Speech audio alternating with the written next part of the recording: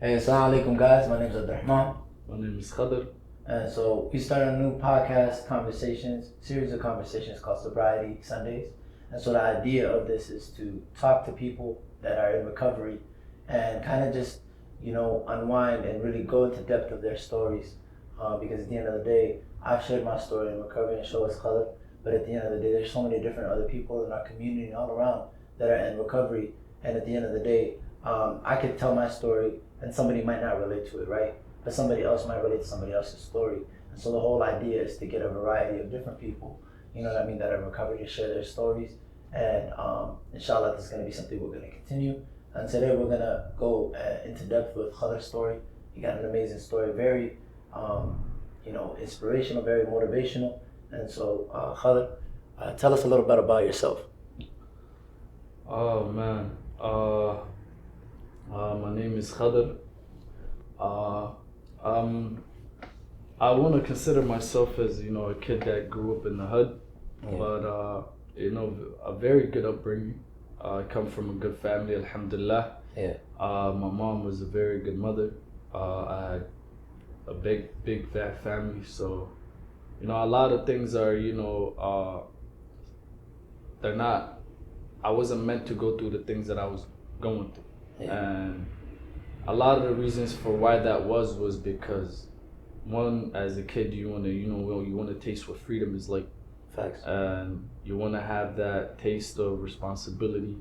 As soon as you hit 16, 17, 18, you start to give yourself these thoughts of I'm a man, or I deserve this, or I want to do this, I could do this.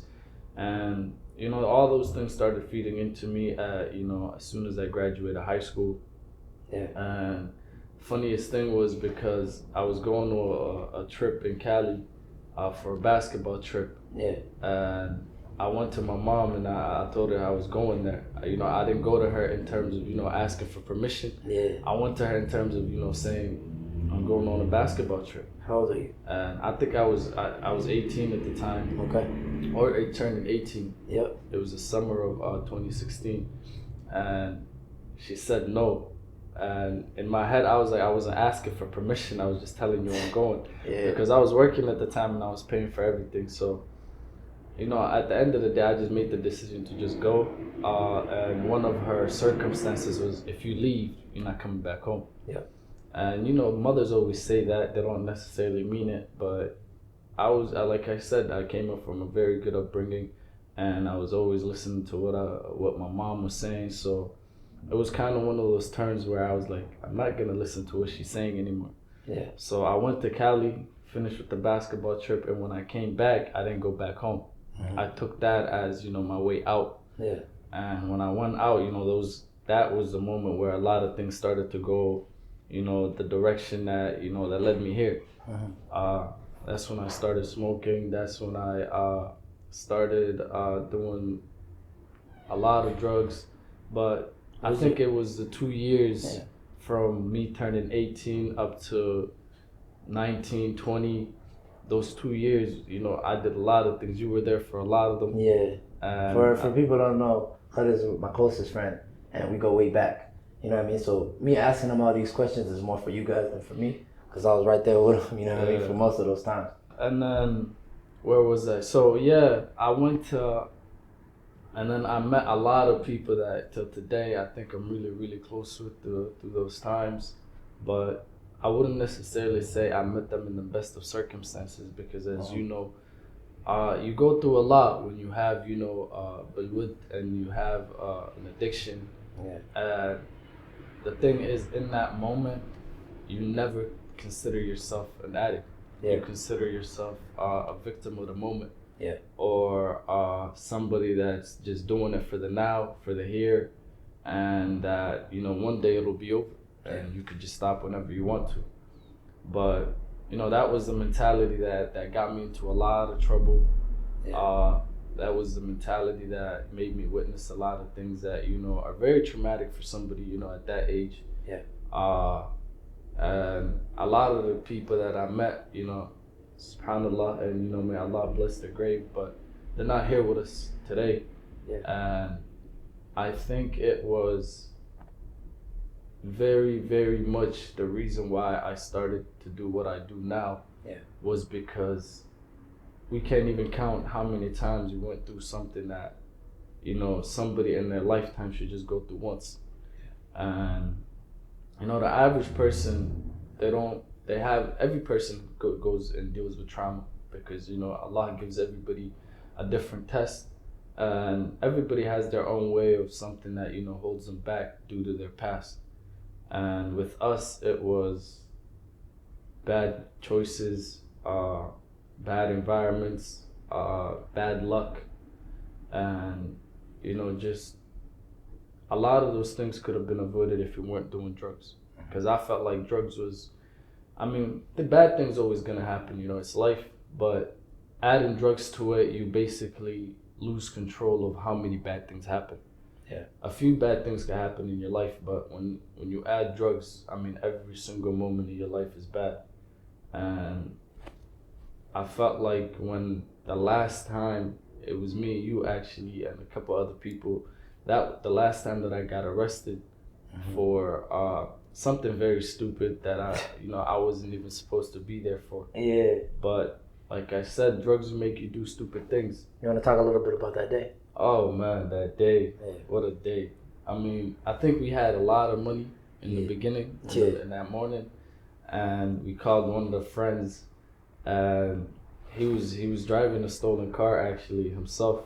Yeah. And all we wanted was to, a way to maneuver the day to, enjoy ourselves or, make the best of the day, get high, do what we do. And I think my idea was I'm going to buy drugs, get the driver messed up, and then try to take his car so I can maneuver a lot of situations just for myself. Yeah. But we ended up doing a lot more drugs than we wanted to. And I wanted to go get a haircut that day. By the time I was heading to the haircut, I was blacked out. Yeah. I don't remember much of it. I remember being at the barbershop and willing to pay for everybody's haircut. And it was a barbershop that I would never go back to. It was somewhere I would never want to go back. He was a bad barber. He was a very bad barber. I was very bad. Hey, he messed up all our hair. So we got haircuts. After the haircuts, I was blacking out in and out the whole time. I was off so much drugs. And I woke up and I remember there was somebody in the back seat, and I was surprised as to why that person was in the car. Yeah. And I looked to see in the front, and I seen you and the other homie just laughing. Yeah. So I didn't even question it. I blacked out again. And then I remember waking up in Burnsville, you guys dragging me out of the car, helping me go upstairs. And every person that I meet, somebody's just, smiling or whatever. And I think that was the last time that I blacked out, as soon as we came upstairs. Yeah. And next thing you know, we wake up and there was flashing lights. When we first came, there was 20, 25 people there. Yeah. And when I woke up, there was like 4 or 5 people there, and just cops. Yeah. And the situation that was, that was never supposed to happen. Yeah. Like I said, bad timing, bad luck, everything bad happens. And then actually we got trespassing papers first, and we were supposed to be let go. And then they ended up taking us to jail. And then they ended up all locking all 5 of us up. Yeah. Yeah, very, very messed up experience for that. And where did that lead you? That led you to jail? That led me to jail. Yeah. And then when I went to jail, it was like, they said, oh, you're not getting out because this is not the only warrant that you have. So I had multiple warrants. And I wasn't even aware of that because I'm thinking, like always, we get arrested. Yeah. We wake up in the morning, we go to court, we let go. Yeah. Even if it's like a weekend, we stay there for the weekend. We know Monday or Tuesday we're getting out. Yeah. That was my mentality. In that moment, I didn't really think of, I'm going to go back out and change my life. Yeah. I was thinking, I'm going to get out. I thought the system was just the system. Yeah. And I think it was like 2-3 days in there, I started seeing everybody that I came in there with getting out one by one. And then that's when it kind of hit me like, I'm going to actually be here for a while. Yeah. And then I get out of there, I go to another county, I get out of that county, I get to another one, And then by the time I was getting out of that one, that's when they said, hey, I think you really should look at this because most of your cases involve drugs. And either you're off of them or you were caught with them. So either way, drugs were the reason why you were here. Yeah. And one of the recommendations was that I go to treatment. And in the moment, you know, when you're in jail, the people that you see that are going to treatment are not typical people. Yeah. They're like people who do meth, cocaine, I mean not cocaine, but heroin, like heavy doses of drugs, of substances, like the hard ones. And that was just something I was doing because when we were doing drugs, we always drew a line. Yeah. In the beginning, it was, you know, benzos, we drew the line there. We did like the bars and the perks, if somebody does it, so we jump them or something, you know. That was like 2016, Yeah, and then we drew the line at opioids, and then we drew the line at alcohol. Then it was always a line that we were drawing. It was always a line until the line was no more. Until the line was no more. Yeah. So we didn't think somebody like us would go to treatment because we thought that's not for us. We thought it was an asylum where you get, you know, caged up and whatnot. Yeah. And I just didn't think I had any issues, but I seen the treatment center that I liked there, and I went there. You know, it taught me a lot of things. Specifically, my counselor, who I'm still really close with till today. Yeah. You know, he taught me a lot of things about, you know, when you look back at it, there's a lot of great moments of your drug use, and you look back at it with a smile. But if you take a moment and actually review the consequences of those good moments, it leads you to a place where it's typically not easy for somebody to dig themselves out because, you know, you deal with a lot of trauma, you deal with a lot of hurt, you know, whether it's towards you, towards your friends, towards your family. You deal with a lot of loss, and all of those things, you know, they kind of make you want to think of in the moment, in the now, what can I do today or what can I do right now so that that doesn't ever happen again? Because even though there were good times, the bad times heavily outweigh it. And as soon as I got out of treatment, you know, I was at a loss. I didn't know what to do. You know, I couldn't go back to hanging out with the people that I hung out with, which was you. Yeah. And, you know, I started, you know, deeping myself into, you know, the people that were trying to recover from what we went through. Yeah. And, you know, just being surrounded by them, even though, you know, I was going through a lot myself and, you know, trying to figure a lot of things out. I wanted to be in a space of the people that were doing kind of the same thing. Yeah. And whether I was, you know, 3 months sober or 6 months sober, it didn't matter. I still stuck around, and I came around by that, you know, by that situation. And I kept a lot of good relationships with the people that helped me through. And, you know, day in and day out, I started getting passion for the things that, you know, where these people were going through and the things that these people need help with. And being amongst them, you know, it gives you a life experience of, I was on this side, you know, as a user. Yeah. I can now be on this side as somebody that's helping the user. Yeah. And a lot of the things that we did was basically just off of passion, off of a way for us to deal with grief, a way for us to, you know, feel like we were a part of society again. Yeah. And when we started, you know, outreaching and speaking out and sharing our stories, it was more so of the people that were really, really close with us that were no longer there, and, you know, trying to uphold their memories and trying to do better by them. In the same sentence, it was because we felt like it was the best thing for us to do, because we felt like we owed it to ourselves, we owed it to our family, we owed it to the people that we suffered with, we owed it to the people that we lost. And, you know, day in and day out, it started becoming less of a job more than, you know, a passion. Yeah. And that's when we started, you figured out the idea of Generation Hope. You know, that kind of led me towards a path of, how can I do something that's so significant? Yeah, you know, the community can withstand it itself. Like, the community doesn't have to go outsource for the type of help that, you know, that should be amongst the community. And we started doing it through Generation Hope for a while. Then I started seeking out and, you know, trying to figure out what's something big that I can do. Yeah. And I started outsourcing to a lot of people, and a couple of people came to me with the idea of, you know, opening a treatment center. Yeah. And at first, you know, I came to you to discuss that situation. I told you, bro, this is something big. Yeah. And it's something that, you know, we were thinking about doing for a while, but it wasn't at this pace. It wasn't at this time that we had planned for it. And it came at a perfect moment, because I was starting to feel like what we were doing was very, very repetitive. Yeah. And it felt like somebody had to make a big splash for, you know, for the community to actually benefit off of the things that we were doing, because we were always doing these things, but we were doing it as, you know, the small leaf of the branch. Yeah. You know, I felt like we could be the tree instead of a branch off the tree. Yeah. And I started working with, you know, a couple of great people, and, you know, alhamdulillah, now I could safely say that we're opening a treatment center, you know, that's solely owned by Somali people, which is hard to say. Yeah. And solely for the betterment of the community.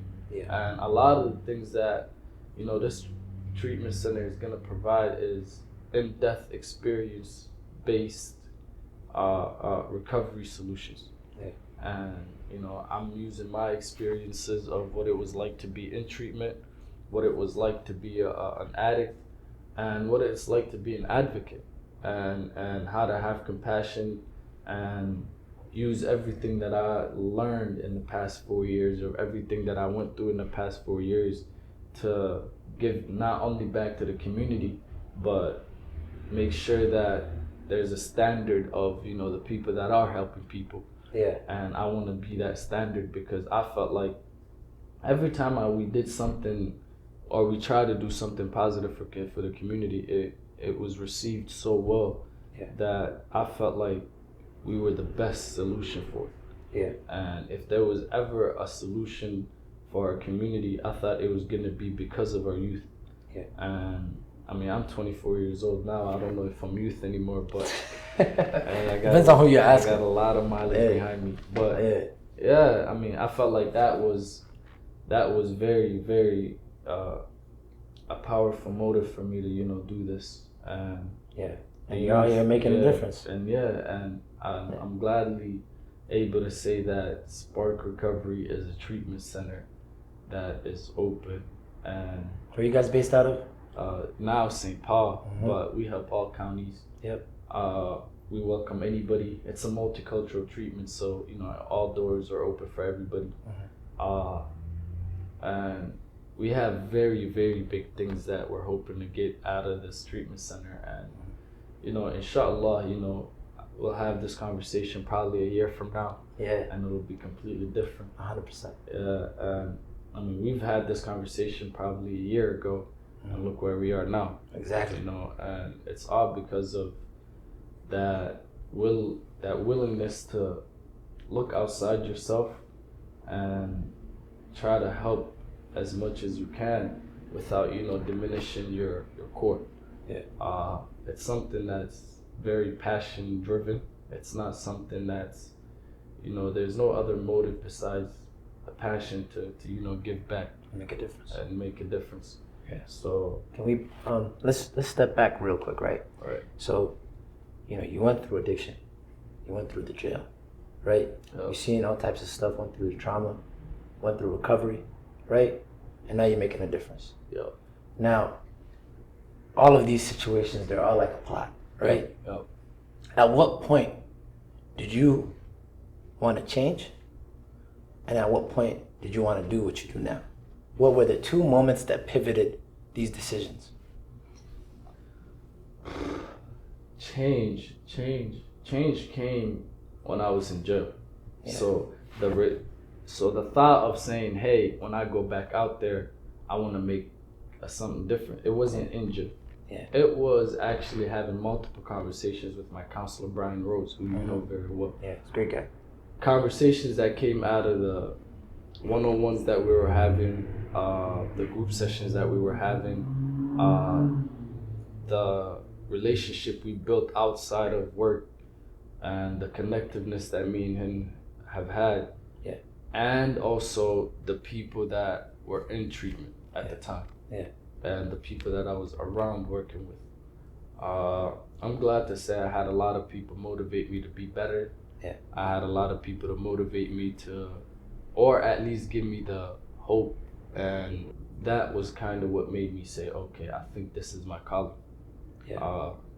Because, and lately I've been, a lot of the times you put realization into things. What do you realize now that could have probably helped you in the past or whatever, but you can't change the past. So a lot of the things that, like, one message that's very helpful to me now is how can I look back a year from now, 6 months from now, 4 months from now, and say that what I did there was right.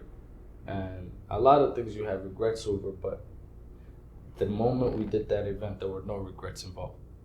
I remember we were driving back from that event, and it was me, you, and the homie that was in the car with us. And I think we cried for 20 minutes? And that moment was like, okay, this is exactly what we're supposed to do. Because I sincerely believe that Allah puts you through a lot of things. And if He does put you through a lot of things, you're considered one of the people He loves the most. And usually those tests define what you're supposed to do. They put you on a path to destiny, or exactly what you were meant to accomplish in this life. And you see a lot of rich people, you see a lot of sheikhs, you see a lot of leaders, community leaders. And if you look back in their lives, there are some things that has happened in their lives that led them to the path that they're at. And for us, it was, we really had to do drugs. We really had to have an addiction in order for us to understand, and in order for us to do what we're doing now. I mean, if I didn't go through any of that, who knows? I mean, I wanted to be in architecture when I was in high school. I probably would have went to college for 4-6 years, and I would have been in architecture by now. And I don't know how that would have turned out, but I would not have been able to do this. What can an architecture do in a system that's like this? So a lot of the things that happened to me, I have no regrets. That's the one thing. I don't regret any of it. I mean, I do grieve for all the people that we lost.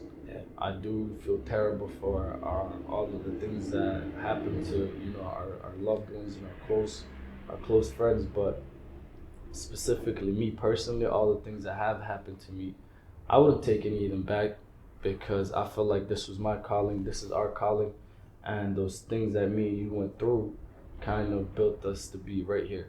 You know what I'm saying? And I think it's a pretty great place to be. So you went through this, addiction. You went through the trauma that you went through, and because of that, it created you to be the person you are, and now you're making this difference. You know what I mean? So Khalid is part of Spark Recovery. Let the people know how they can contact you, where they can find Spark Recovery. Okay, so Spark Recovery, if you go to sparkrecovery.mn.org, you can find our website. We are on Instagram as well at Spark Recovery. We're on Facebook as well at Spark Recovery as well. And pretty soon on all platforms, there's going to be multiple things that are coming out to kind of give an example of what's going to be happening around Spark, how Spark was introduced. And that's actually a funny story, because Spark Recovery wasn't supposed to be actual Spark Recovery. It was supposed to kind of be, we had a different name for it, but we wanted to figure out what the name was, and it took us so long to figure out what the perfect name was, because you can like a name now, but tomorrow you'll see another name and you might like it even more. So we started thinking outside the box. We said, okay, what do we want Spark to portray? What do we want people to feel like the minute they walk through Spark? What do they expect to happen? And the slogan that we chose was "Your Spark to a New Beginning," because life is about chapters. Like I said in the beginning, Ilahi writes your whole life, and it's in a book. Yeah. And think of it that way. Everything in a book has chapters, has layers, all those things. Yeah. And life itself is one big book, one chapter right after the other. So we wanted people, anybody, whether it was, minor usages of drug or severe addiction or severe substance abuse, we wanted people to feel like the minute they walked through those doors, that was the moment their life changed. Yeah. And we're very uptight on the whole experience of treatment. We don't want people to come there and say, I'm here from this hour to this hour. Yeah. We want people to say, hey, I'm going to Spark Recovery because something big is going to happen for me, or something great is going to happen for me, or I know what I'm going to get out of there. And, our whole thing is driven based off of passion. We like the amount of people that are working with us are all people that we believe actually care, or they give a damn about people. And once we have that, because we can have the structure. If you don't have the people, the structure doesn't work. Yeah. But we can have the people and not the structure, and still won't work. So we already got the structure, and we're trying to make people that fit that structure come in and do this with us. And Spark is gonna be not only life changing, but there's gonna be a lot of things that are gonna happen that even after treatment, those people will be satisfied with the experience that they got. Inshallah. Because we have a lot of connections in the community, and one thing I want Spark to be able to do is I want Spark to kind of bring every single type of community leaders or community services together, and try to make as many people help people that have addiction as a community, because a lot of we can name a lot of community service leaders that that should be willing to help us, but they're not informed, or their target is not those of substance use. Yeah. But if they were, that person that's a substance abuser could benefit from that service so much. Yeah. And it's all unknown things, and it's maybe the community service doesn't know, maybe the person doesn't know, but we're trying to bring in every single person that's bringing a service to the community to help out these people, because there are a lot of doors closed for people who do drugs. Yeah. And just a few doors that open for them, who knows how much their life could change. For me, it was a couple of doors that have opened for me, and my life has changed dramatically. But if it weren't for those doors, I don't know where I would have been. Like, if I went to the wrong treatment center, or if I went to the wrong aftercare program, or if I went to the wrong environments afterwards, I don't think I'd have been here. Yeah. So alhamdulillah for all those doors that were open for me. Yeah. Spark is trying to make sure as many doors as possible can be open for anybody that walks through those doors. Sure. And we're willing to help people from literally the beginning up until if they even want help for aftercare programs, if they want help if somebody that's been sober for a year, we're trying to bring them opportunities. Yeah. If somebody was sober for 5 years, we're trying to bring them an opportunity. Just trying to make sure people's lives change the minute they walk through those doors. That's our main goal. Yeah. It's a fact. Yeah. So, Khalid, just to wrap up here, we're going to leave this with one thing, right? For the viewers, for any person who is struggling with addiction, for any person that is in recovery, what is one advice that you can give them? There's always help. Yeah.